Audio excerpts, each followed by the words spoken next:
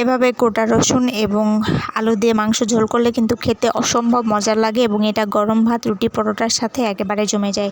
আসসালামু আলাইকুম, welcome back to my channel Safwan kitchen. আমি এখানে মাংস নিয়েছি ফ্রিজ থেকে বের করে। এখানে আমি তেজপাতা, রসুন, গোটা কাঁচামরিচ, রসুন এবং আদা বাটা দিয়ে দিলাম। এখন আমি এখানে দিয়ে দিব সামান্য পেঁয়াজ কুচি দেওয়া হয়ে গেলে আমি এর ভেতর দিয়ে দেবো গোটা জিরা, এলাচ, লবঙ্গ, দারুচিনি এবং বাটা মশলা। সমস্ত মশলাগুলো দিয়ে আমি এখানে লবণ, হলুদ এবং গুঁড়া মরিচ দিয়ে মাখিয়ে নিব। একটু সয়াবিন তেল দিয়ে দিব। তেলটা দিয়ে আমি সুন্দর করে এটাকে হাতে ম্যারিনেট করে নিব।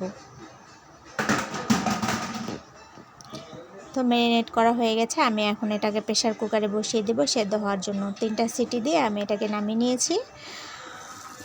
কড়াইয়ে আমি ঢেলে নিয়েছি এটাকে আরও কিছুক্ষণ রান্না করার জন্য। তো ফ্রিজে থাকা মাংস কিন্তু এভাবে একটু বেশ কিছুক্ষণ সময় নিয়ে রান্না করলে প্রপারলি স্বাদ চলে আসে। আমি এখানে আলু দিয়ে দিলাম। আলুটা দিয়ে আমি সুন্দর করে এটাকে কষিয়ে নিয়েছি এবং কষানো হয়ে গেলে আমি সামান্য একটু পানি দিয়ে দিব আবারও।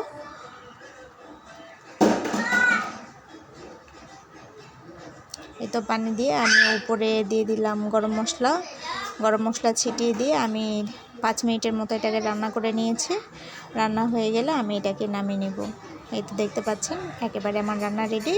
এটা কিন্তু রুটি এবং পরোটার সাথে খাইলে বেশ জমে যাবে। আমার এই রান্নার ফুল ভিডিও পেতে অবশ্যই আমার ইউটিউব চ্যানেল ভিজিট করবেন। আমার রান্নার সাফওয়ান কিচেন। ভালো থাকবেন।